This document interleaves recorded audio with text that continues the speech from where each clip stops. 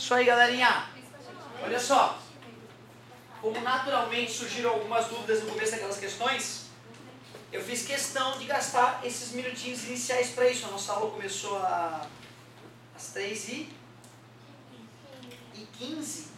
Então tu vê, eu vou pegar 20 minutos da aula que seria de apoio para avançar uma gotinha na matéria se for necessário, certo? Porque o que importa é isso, é tu usar esse momento em que o professor está ali como um professor particular, na tua carteira e tentar tirar a tua dúvida. É um momento mágico que em outros lugares nós não temos, né? Em outros lugares são alunos geralmente com melhor rendimento que atendem os alunos com pior rendimento, os caras que fazem o que a gente chama de monitoria, certo? É uma forma barata, né, de mão de obra para os cursinhos grandes que tem, então, né, várias turmas de terceirão. Tu não vai pagar um professor para ficar lá tirando dúvida gurizada. Tu bota um cara que acabou de entrar na faculdade, tu bota um gurizão que está começando e fica melhor. Então tem que usar isso. A galera que não chama nessa hora, eu quero acreditar porque não tem a dúvida, né? Certo? Então fico muito grato, muito obrigado por terem me chamado aí para tirar as dúvidas. Última aula do volume 1. Aula 3 da Física D. Vou passar uma tarefa, tu vai ter uma tarefa bem grande para esse final de semana, né? Final da Física C, eu acho. Ou não, a Física C a gente corrigiu, né? As 3 aulas da Física D tu vai ter para exercitar, certo? É isso. Cara, ó, o que eu vou falar agora, eu vou te confessar que no meu terceirão eu fiquei bem incomodado. Sistemas óticos. Eu só fui entender a lógica dessa aula, cara, lá no final do ano. Então assim, ó, tu tem que ter calma agora. Tu tem que ter calma para entender o que eu vou te mostrar.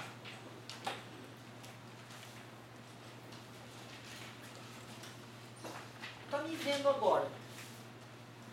O que tu tá vendo? Tu tá vendo um objeto ou imagem?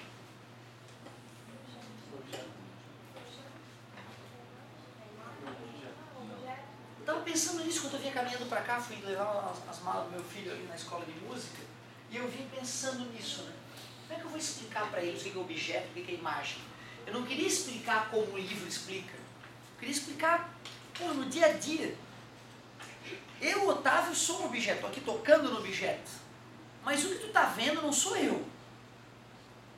Tu está vendo através do mini Otávio que está estampado na tua retina. Tu está vendo a luz que sai de mim e atinge teu olho. Tu nunca vai ver o objeto, tu sempre vai ver a imagem. Tudo que tu vê através dos teus olhos não são as coisas de verdade. O que tu vê aí não sou eu de verdade, né? É uma luzinha que está batendo na tua retina. Altamente filosófico. Muito doido isso. Não, eu estou vendo a tua imagem. Quando eu toco em ti, eu toco no objeto que gerou essa coisa no meu olho. Sim, está dizendo a imagem da tua mão. Pode tocar a tua mão, mas quando tu abre os olhos, tu vê a imagem da tua mão. Não. Mas esse é um problema, não é físico, é um problema filosófico. Eu sempre falei para vocês, né? Para o cara poder entender matemática e física, ele tem que ser filosófico. Ele tem que poder viajar na maionese. Então tu vê, esse é o meu medo. Meu medo de comentar isso com vocês é que fosse travar a mente de algum de vocês nesse aspecto. Tudo que tu enxerga com os olhos são imagens. Porque é a luz dos objetos que está atravessando o teu olho. Os objetos, tu nunca vai enxergar o que é o objeto, porque tu enxerga a luz que sai dele. Tu só pode tocar nos objetos. O que tu vê sempre é a imagem. Mas para tu ver, é delicado falar disso. Então pronto, eu vou para a técnica. É nessa hora que a gente tem que ser técnico. Se tu te confunde na filosofia, se tu ainda não sabe quem é que gira em torno de quem, se é a Terra que orbita o Sol, se é o Sol que orbita a Terra, certo? Quem é? Quem é o certo mesmo? É a Terra que orbita o Sol ou o Sol que orbita a Terra? Eu volto e meia, apesar de eu já ter dado essa aula, de eu já ter te ensinado a verdade, tu volta a abraçar a ideia da professora de 6º ano, que te mentiu, dizendo que o Sol era o centro. Eu te pergunto, me prova que o Sol é o centro. Me prova que o Sol é que está parado e que a Terra é que se mexe. Eu volto a fazer como a maioria das pessoas. Para mim a Terra está parada. Eu olharia o Sol, esperaria o tempo passar e olharia o Sol de novo. E afirmaria, o Sol está andando. Mas uma pessoa que estivesse no Sol argumentaria contrariamente a você. Certo? Uma pessoa na Lua, ela olha para a Lua e fala, merda, a Lua está parada. olha para a bolinha azul e pensa, a bolinha azul está andando. E nós aqui da Terra temos a sensação diferente. Quem está certo? Depende do ponto de vista, vamos ser mais técnico, depende do...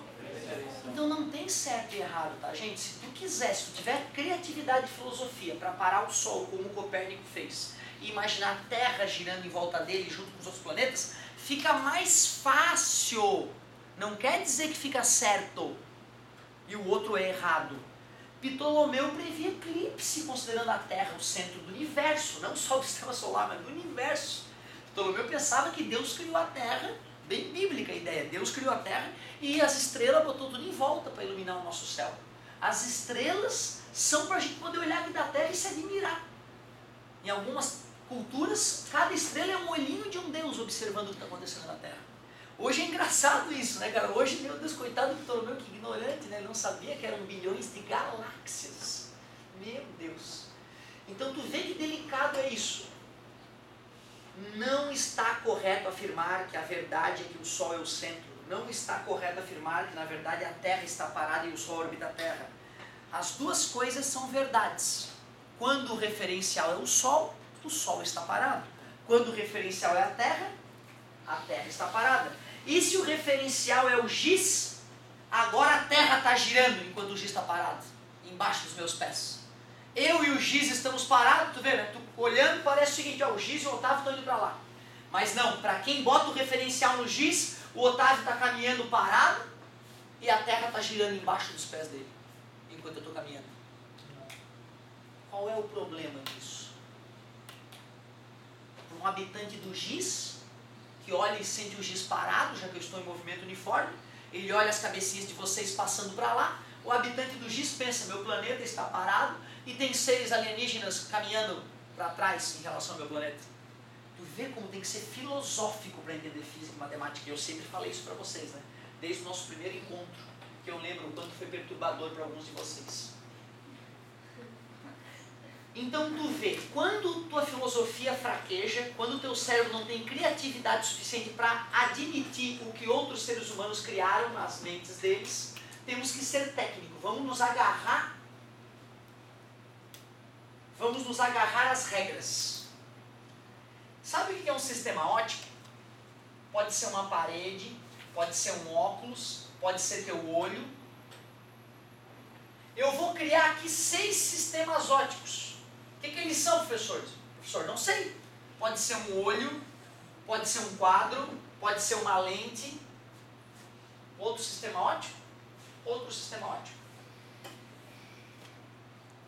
Tem os objetos, vocês são objetos. Quando eu vejo vocês, eu vejo a imagem de vocês na minha retina. Eu preciso que tu passe a conseguir reconhecer, sem sombra de dúvida, quem são os objetos e quem são as imagens representadas no quadro. Nós estamos trabalhando com luz que anda em linha reta, formando pincéis de luz, por exemplo, cônico divergente. Então nós vamos trabalhar com pontos nesses sistemas ópticos. Esses pontos podem ser pontos objetos ou pontos imagens. E nós vamos precisar discutir o que é um ponto objeto, o que é um ponto imagem. Olha só, a luz está chegando ou saindo deste ponto? Chegando. A luz está chegando no ponto. Deixa eu pensar, isso aqui é um ponto. Não, está saindo. A luz está saindo desse ponto. Está vendo aqui? A luz está chegando ou saindo da caixinha que eu chamei de sistema óptico? Chegando. Show.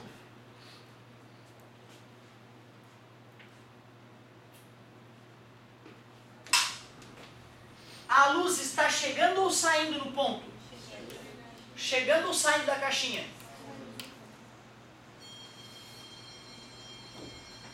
Estás me vendo. Tu já sabe que o que está acontecendo na tua mente aí, tem a sensação de que tu está vendo a realidade, o Otávio de verdade. Mas eu te mostrei que pelo fato de teu olho estar processando luz, tu está enxergando a imagem do Otávio. Tu só pode tocar no Otávio de verdade. Mas quando tu vê, sempre que tu vê através desses teus olhos, tu vê as imagens. Não quer dizer que eu não exista. Eu, Otávio, sou um objeto e existo. Mas ao me observar, tu vê a minha imagem.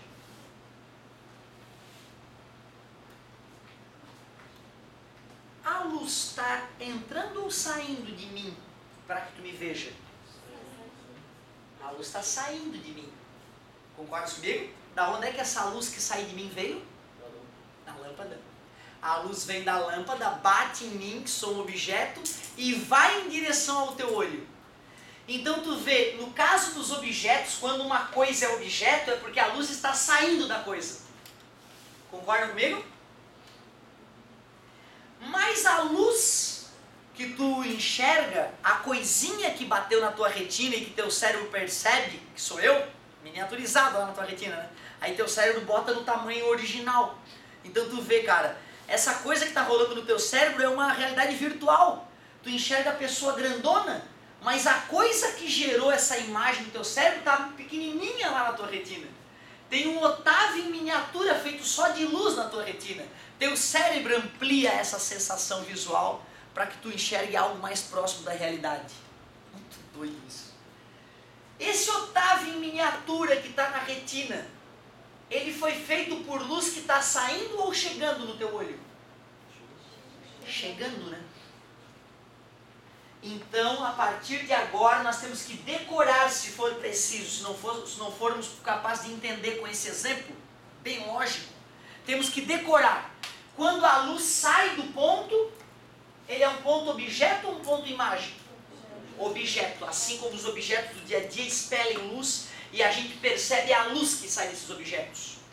E logo, se a luz estiver chegando num objeto, num ponto, desculpa, é porque esse ponto é objeto ou é imagem? Imagem, assim como o mini Otávio feito de luz chegando no teu olho, foi estampada lá na tua retina. Logo, este ponto aqui é um ponto objeto, só porque a luz sai deste ponto. Já este ponto é um ponto imagem. É um ponto imagem porque a luz está chegando, assim como a tela do cinema.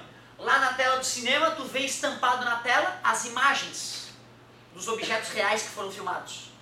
E como é que está formando aquela imagem lá? Porque a luz do projetor está chegando na tela para formar a imagem. Sempre que a luz está chegando, imagem. Essas linhas cheias representam luz de verdade ou representam prolongamento da luz? Luz de verdade, por isso que esse ponto é um ponto objeto real. Essas linhas cheias é luz de verdade. Por isso que este ponto é um ponto imagem real. Mas quer ver uma situação onde o teu cérebro fica bem iludido? Olha isso. Imagina que eu tenho um pedaço de vidro. E tem um objeto físico, palpei ele, é um objeto do outro lado da janela do vidro. Da janela de vidro. E eu estou olhando através do vidro aquele objeto. Eu poderia pensar em 2 raios de luz atravessando essa lâmina de vidro. Nós vimos no ano passado que tem a tal da refração, né? A luz sofre desvio tanto quando entra, quando sai, chamado refração. Desviou na hora que entrou, desviou na hora que saiu. Quando essa luz penetra no olho de alguém, já que o cérebro entende que a luz anda em linha... Cara, ó, dependendo da situação, tu pode até achar que o objeto está dentro da lâmina de vidro. Sempre que tu olha através de uma coisa de vidro, tu percebe os objetos um pouco mais para frente do que eles de fato estão. Quem tem óculos pode pegar o óculos, tirar e colocar e vai ver, né? O mundo sacudindo à medida que o óculos é colocado e tirado da frente. Com lâminas planas isso também acontece. Se tu pegar um pedacinho de vidro e colocar e tirar, tu vai ver que o mundo dá uma mudada na hora que tu... Né? No óculos é mais acentuado ainda, né? No óculos é mais acentuado ainda, mas mesmo que fosse algo plano, daria para perceber isso. A régua, tipo, quando chega muito perto, ali em cima, sabe? Tu vê de cabeça pra baixo. Sim, é uma lentezinha. É lente, aí não é espelho, é lente, mas exatamente o mesmo procedimento. Exatamente a mesma ideia. Nós vamos estudar isso esse ano em mais detalhe. Legal. Nunca tinha percebido que dava de usar esse exemplo prático, né? Ô galera, olha só, isso aqui, ó. Essa coisa pontilhada, o que é essa coisa pontilhada? É luz de verdade? Não, né? A luz, ela tá ali, ó. Ela fez esse caminho. Esse prolongamento, essa pontilhada, é a direção do raio Concorda comigo? Observe o que eu vou fazer agora. Observe o que eu vou fazer agora.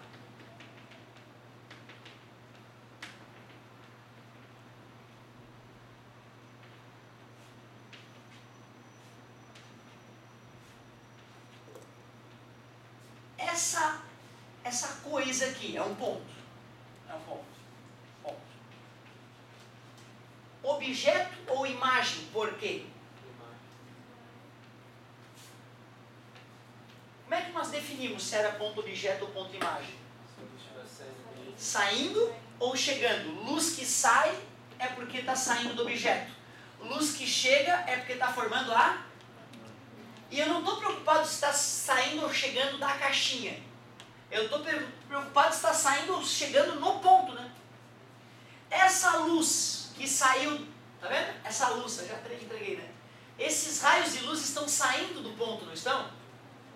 Por isso que ele é um ponto objeto, porque a luz está saindo. Só que esse ponto objeto é formado por luz de verdade ou por prolongamento? Sempre que é formado por prolongamento virtual. Cara, virtual é isso mesmo. É que parece real, mas não é. E é o que está acontecendo agora. Quando eu vejo vocês, eu sei que vocês existem porque eu já toquei desde que eu sou criancinha, eu olho as coisas e encosto nelas para ver se elas estão ali. Concorda comigo? Mas isso que eu estou vendo aqui agora são criações do meu cérebro, porque está vindo a partir de luz que tem na minha retina. Isso é muito doido. Virtual, sempre que a coisa é feita de prolongamento, a gente diz que é virtual. Agora olha só o que eu vou fazer com esse ponto aqui, ó. Pontilhadas, isso obviamente são prolongamentos. Aqui está a luz que deu origem a esses prolongamentos, luz de verdade, ó. Só que agora o que está acontecendo com a luz? Está chegando ou saindo no ponto? Chegando. E se está chegando é porque é um ponto imagem. De que tipo? Por que é virtual? Porque é feito de prolongamento. Porque é feito de prolongamento. Ou seja, para tu entender, para poder classificar um sistema óptico, por enquanto só duas decorebas. Se está saindo do ponto, é porque o cara é um objeto. Se está chegando no ponto, é uma imagem. Se for linha cheia, real. Se for linha pontilhada, vamos se agarrar na decoreba, se for preciso. Porque na hora que a gente vai lá no final do ano classificando de novo isso, vai parecer natural isso pra gente. Vai parecer, é óbvio que tem que ser assim. Qualquer outro jeito seria um absurdo. Só tem outras duas situações então. Cara, tem luz que veio de algum lugar, né? É então porque o objeto da onde essa luz saiu está tão longe, que a gente chama de objeto impróprio. Impróprio porque ele está no infinito. E se a luz estiver saindo para formar alguma coisa, vai formar o quê? Uma imagem. Onde está essa imagem? Lá no infinito. Por isso que a gente chama de imagem imprópria. Imprópria. Raios paralelos, então, tu já sabe que quando tiver raios paralelos entrando ou chegando no sistema óptico, é porque é alguma coisa imprópria. Imprópria por estar muito distante. Mais uma vez, se a luz estava chegando, saindo de algum lugar e chegando no sistema óptico, ao sair desta coisa, essa coisa só pode ser um objeto. Já se a luz está chegando em algum lugar, essa luz só pode estar indo formar uma imagem. Assim quando eu me olho no espelho. Quer ver? Quando eu me olho no espelho, é exatamente isso que vai acontecer. Vamos sair um pouco da teoria sem nexo e vamos para a prática para ver se faz mais sentido. Além de a apostila nessa aula me pedir para te falar o que são pontos objetos reais, ponto imagem real, ponto objeto virtual, ponto imagem virtual e ponto objeto e imagem impróprio, ele pede para eu te explicar as leis da reflexão para que tu entenda um pouco melhor como é que funciona o espelho plano. Dá uma olhada. Vamos sair da loucura filosófica e vamos para algo mais palpável. leis da reflexão. Essa tu deve lembrar. 2 leizinhas apenas. Para a gente estudar as leis da reflexão, vamos fazer assim, ó. Isso aí é a chamada superfície refletora. Essa aqui é a famosa reta normal. Por que ela tem esse nome? Porque ela faz 90 graus. Perpendicular, nesse caso é igual a normal. Ou seja, faz 90 graus. Então digam-me, o que é essa coisa que eu vou desenhar agora? Quero ver se tu lembra. Quero ver se tu lembra o nome desta coisa aqui, ó. Raio. Muito obrigado. Raio incidente. E aí tem o raio. Antes era refração, né? Por isso era raio refratado, mas agora é o fenômeno chamado reflexão. Então é raio refletido. Obrigado. Nome dessa coisa aqui, ângulo de. E aqui, ângulo de. Muito obrigado. Esses são os elementos, né? Esses são os elementos. Vamos às leis. Primeira lei. O raio incidente. O raio refletido. E a reta normal. Que bonito, são coplanares. Traduz. Estão no mesmo plano. Para que as pessoas percebam como a lei da reflexão é óbvio, eu gosto de brincar com a bolinha, lembra? Eu pegava a bolinha virtual e jogava assim. E a galera levantava a mão já automaticamente sabendo onde é que a bolinha iria, né? Ou seja, a galera sabe que se eu jogo uma bolinha numa superfície plana, a bolinha ao quicar vai continuar para lá, né? Eu jogando a bolinha daqui, ó, para ela quicar na mesa, ela vai para lá. Mesma coisa, se a mesa for um espelho e eu jogar um raio de luz com uma lanterna ou um projetorzinho, aquele apontador, né? A luz vem, bate no espelho e se reflete indo para lá. Não vai ter morrinho artilheiro para a luz bater e sair para lá, certo? Então, a criança quando ficou brincando de jogar uma bolinha de tênis uma para outra, ela inconscientemente já sabia que a direção de chegada da bolinha e a direção de saída da bolinha e a reta normal onde a bolinha quicou estão sempre alinhadas, sempre dentro do mesmo plano. A segunda lei da reflexão mesmo, ela é absolutamente intuitiva. Ao quicar uma bola de basquete no chão, os jovens logo percebem que se eles não jogam diretamente contra o chão, jogam um pouquinho inclinado, a bola ao quicar já vai para o lado. Então se tu quiser brincar com a bola de basquete assim, né, sem problema nenhum, ou assim. E se tu faz assim com a bola de basquete, ela quica no chão e tu já não consegue alcançar ela mais. Porque o ângulo de incidência é o mesmo ângulo de saída, é o mesmo ângulo de reflexão. Essa é a segunda lei. Cara, só usando essas duas leis, na verdade só uma delas vai ser o suficiente. E usando o fato de a luz andar em linha, só isso é o suficiente para eu explicar geometricamente a alucinação que tu tem quando estás diante de um espelho plano. Senhor, alucinação? Alucinação. Alucinação, não tem outra palavra. Não é possível que tu não tenha percebido a sensação nítida de que aquilo que tu enxerga no espelho plano está atrás da parede. Confessa, cara, tu olhando para o espelho, dá para jurar que a tua imagem está vindo de trás da parede. Se o espelho estiver limpo, dá vontade de botar a mão lá dentro, cara. É assustador. Aquilo é uma alucinação provocada pelo seguinte motivo.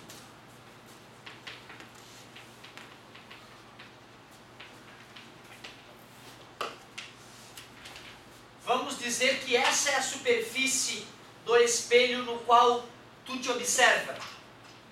E vamos supor que esse é você. Faz com a mão para frente assim.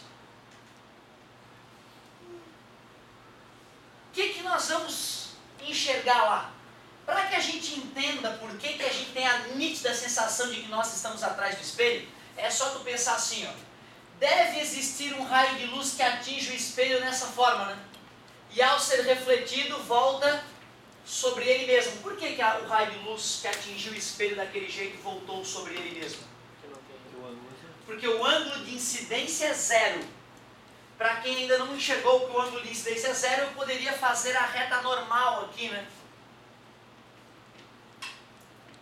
A reta normal para aquele raio. E se um raio de luz atingisse o espelho inclinado, como que ele seria refletido? Inclinado, com o mesmo ângulo, né? Vocês devem aceitar que se eu pegar essa distância aqui e duplicar ela para cima, a partir da reta normal, eu estou obedecendo que o ângulo de incidência é igual ao ângulo de... Quando eu vejo um objeto, o objeto, e vou com a mão ali onde está o objeto e pego o objeto, isso só acontece porque a luz anda e meu cérebro sabe disso. Se a luz andasse em curva, eu ia enxergar o objeto no lugar errado. Certo? O meu cérebro encara que a luz anda em linha reta. Senão eu não conseguiria encostar os objetos no lugar certo. Deixa eu pegar na pontinha que eu estou vendo. Eu pego na pontinha, sim, na pontinha, peguei no lugar certo. Beleza? Já que o cérebro entende que a luz anda em linha reta, quando esses raios de luz penetrarem no olho de alguém, o olho desse alguém vai jurar que a luz está saindo de trás do espelho, já que o cérebro entende que a luz anda em linha reta. 1, 2, 3, 4, 5. 1, 2, 3, 4, 5. Ali vai estar a cabeça do objeto. Desculpa, este é o objeto. Ali vai estar a cabeça da imagem. Vocês devem concordar que eu poderia executar o mesmo procedimento aqui, né? E aí, 1, 2, 3, 4, 5. 1, 2, 3, 4, 5. É aqui que estaria o pezinho da imagem. Poderia fazer o mesmo estudo com aquele ponto ali, né? 1, 2, 3. 1, 2, 3. E ali estaria a tua mão estendida para frente.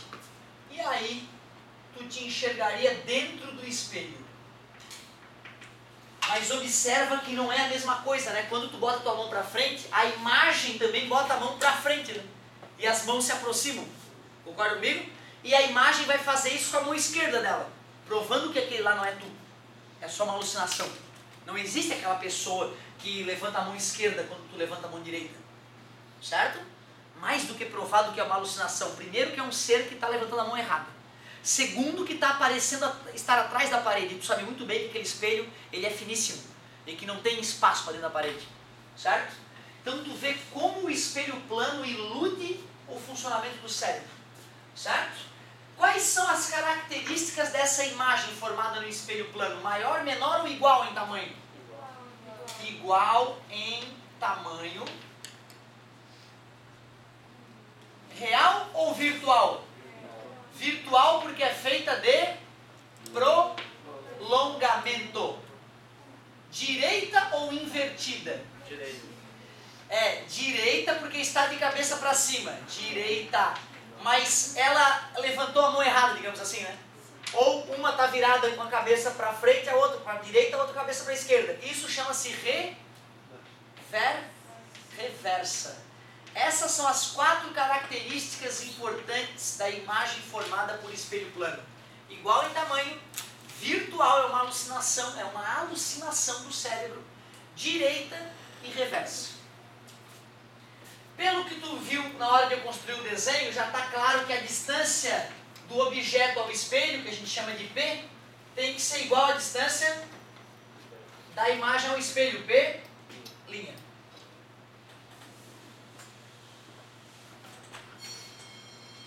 Não é minha aula, né? Que bom. Falei dos sistemas ópticos, falei das leis da reflexão, contei um pouquinho sobre os espelhos planos, uma gotícula. É aula mesmo? Ah, então eu vou usar só alguns minutinhos para já liberar vocês para o exercício. Deixa eu encerrar essa aula aqui. Encerrando essa aula, eu vou te liberar para fazer exercício com a minha presença em sala. Assim, a galera que tiver mais dificuldade, eu posso dar uma aulinha particular. E a galera que não quiser ficar, eu não vou obrigar vou deixar que tu tente ter a maturidade de fazer o que é melhor para ti, estudar a matéria que tiver mais dificuldade ou mais afim de estudar. Se bem que meu avô me ensinou, sabe? A estudar sempre primeiro as matérias que eu não gostava. E isso faz sentido, né? Olha só. Para a gente finalizar nossa discussãozinha, deixa eu só te mostrar uma coisa aqui, ó. Tipos de reflexão. Quando tu te vê no espelho, tu só consegue te ver porque ele é tão lisinho, que a maneira como a luz chega é a maneira como a luz sai. Assim a luz que sai do meu corpo, refletida, a luz vinda da lâmpada que reflete nessa casquinha e vai para os teus olhos, ela sai com o formato de Otávio. Aí bate no teu olho, forma uma coisinha lá na tua retina com o formato de Otávio e tu me reconhece no dia seguinte também, ó, aquela coisinha que eu vi de novo. Tô vendo de novo, é ele, Otávio. Porém, tu deves aceitar que tem luz vinda da lâmpada, batendo aqui e indo aí para ti. E ela vai com formato de quadro. Concorda comigo? Mas engraçado, tem luz também vindo da lâmpada batendo em mim, indo com o formato de Otávio para o quadro, se o quadro enxergasse ele me vê, certo? Só que a luz, quando bate no quadro, vinda do Otávio, vai para ti e não vai com forma de Otávio. Por que tu não está me vendo refletido no quadro? Aliás, por que eu não vejo a lâmpada refletida no quadro?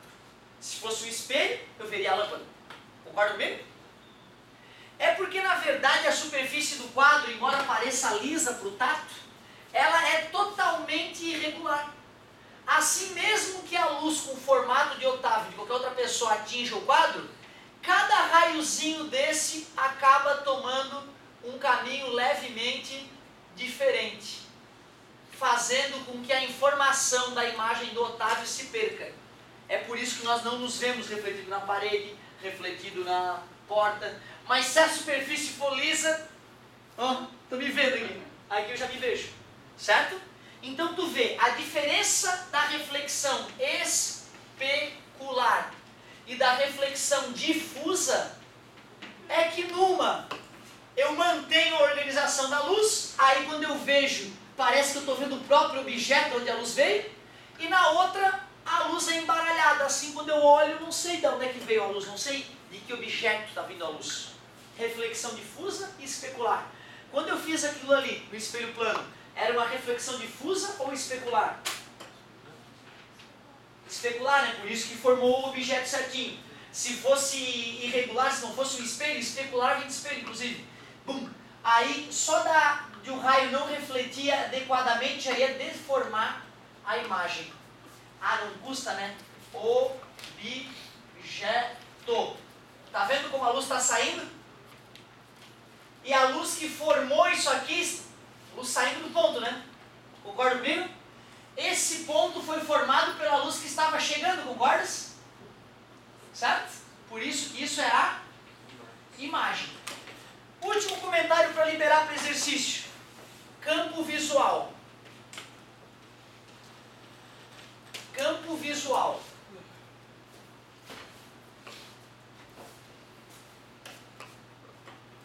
Isso é um espelho plano, meu olho está aqui. Vou botar aqui, meu olho está aqui. Minha pupila está ali, bem aonde entra a luz do meu olho. Aí eu vou lá e coloco vários pontos. Ponto A, ponto B, ponto C, ponto D. E te pergunto, quais desses pontos eu posso enxergar por reflexão no espelho? Para que tu consiga definir quais pontos são possíveis de se enxergar refletidos no espelho, basta tu fazer o seguinte, ó, pegar e fingir que tem um raio de luz que sai do meu olho, bate no espelho e é refletido. Aceitas que esse raio seria refletido nessa direção? Tal e qual aquele que eu já fiz no espelho. Só que na verdade, né, o que acontece no espelho é o contrário. A luz vem, bate no espelho, se reflete e vai para o meu olho. Tu podes pegar um raio de luz que sai do meu olho, bate na parte inferior do espelho e é refletido com o mesmo ângulo. Mas na verdade a gente sabe que o que está acontecendo é que a luz está vindo do ambiente, refletindo no espelho e entrando no meu olho. Para que um objeto possa ser visto através daquele espelho, com certeza a luz vinda dele tem que estar nessa região. Porque se a luz chegar por aqui, ou não bate no espelho, ou se bate no espelho não vai no meu olho, devido ao ângulo que ela chegou. Como é o nome dessa parte achurada aqui? Campo visual do espelho. Naquele caso, apenas o ponto C era visível através do espelho. O ponto B não é visível, o ponto A não é visível, muito menos o ponto D que estava atrás do espelho. Então, campo visual do espelho são todas as regiões que eu posso ver refletidas no espelho. Para determinar isso, tira 2 raios saindo do olho da pessoa, um atingindo a parte superior do espelho, outro atingindo a parte inferior do espelho. Use a segunda lei da reflexão, ângulo de incidência igual a ângulo de reflexão. Tudo o que fica entre esses raios é o campo visual. Se eu torcesse o espelho assim, ó, e aumentar ou diminuir o campo visual? Diminuir, né? Esses raios iam fechar ainda mais. E se eu pegar o espelho e torná-lo convexo? Aumenta o campo visual, justificando por que se usa dentro das lojas os espelhos torcidos dessa maneira. Para aumentar o campo visual. Mas se perde alguma coisa, né?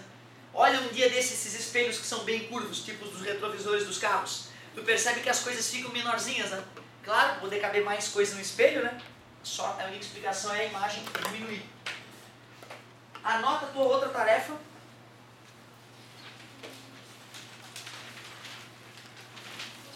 (17, 18). 17 e 18.